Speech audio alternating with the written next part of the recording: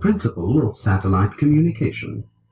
The process of communication begins at an Earth station. The Earth station is an installation designed to transmit and receive signals from a satellite in orbit around the Earth. Earth stations send information in the form of high-powered, high-frequency signals to satellites that receive and retransmit the signals back to Earth. These retransmitted signals are then received by other Earth stations in the coverage area of the satellite. The area which receives the signal from the satellite is known as the satellite's footprint. The transmission system from the Earth station to the satellite is called the uplink, and the transmission system from the satellite to the Earth station is called the downlink. Here you have the schematic representation of the principle of satellite communication. To avoid confusion, the uplink and downlink frequencies are kept different. Before designing a satellite communication system, we must choose the orbit in which the satellite is to be placed.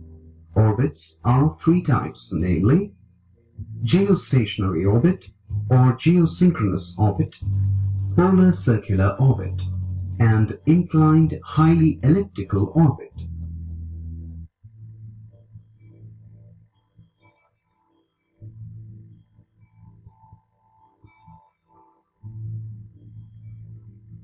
Geostationary or geosynchronous orbit.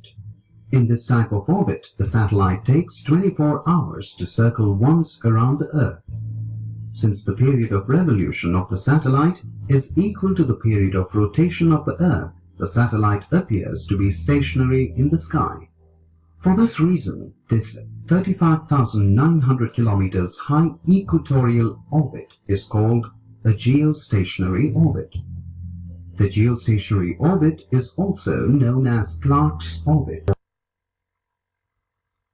The entire Earth can be linked or covered by the communication network if three geostationary satellites are placed at the vertices of an equilateral triangle. Each of the satellites covers 1/3 of the globe.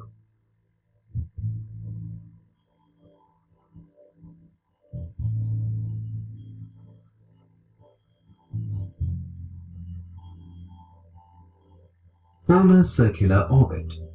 This type of orbit is placed 1,000 kilometers above the Earth's surface. It passes over the poles.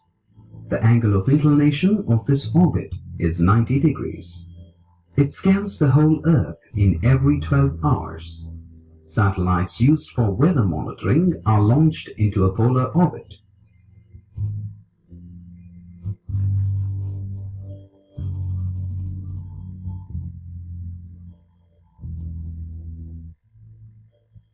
Inclined highly elliptical orbit.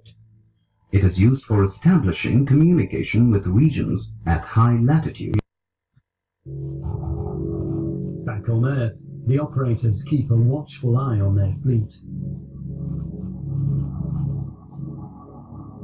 Engineers here at Hispasat's control center near Madrid are constantly monitoring the firm's 6 satellites as they follow what's known as a geostationary orbit. If you want to receive signal from a satellite, and you want to have a fixed antenna, and since the Earth moves with a periodicity of 24 hours, which is a day, the satellite has to move synchronous with the Earth. And there is only one orbit. It's in the plane of the equator, 36,000 kilometers from the surface of the Earth. This orbit allows the satellite to move synchronous with the Earth. This is the geostationary orbit. Roughly every 2 weeks, the engineers fire the booster rockets on the satellites to adjust their path. That's because they're constantly being pushed and pulled in different directions. There is a number of physical effects. One of them is the pressure of the sun. The sun produces radiation. The radiation has energy, but also has mass. And the radiation hitting against the solar panel produces a torque. And then the satellite tends to move. But also because the Earth, theoretically, is a perfect sphere. Well, it is not. It's a geoid. And the geoid has deformation. So not in all the places of the space you are having the same gravity. In addition, the moon is changing the gravity respective to the satellite. The result is that all those signals combined produce a drift of the satellite position, and that's why it has to be corrected. Biggest satellite built by Airbus Defence and Space so far.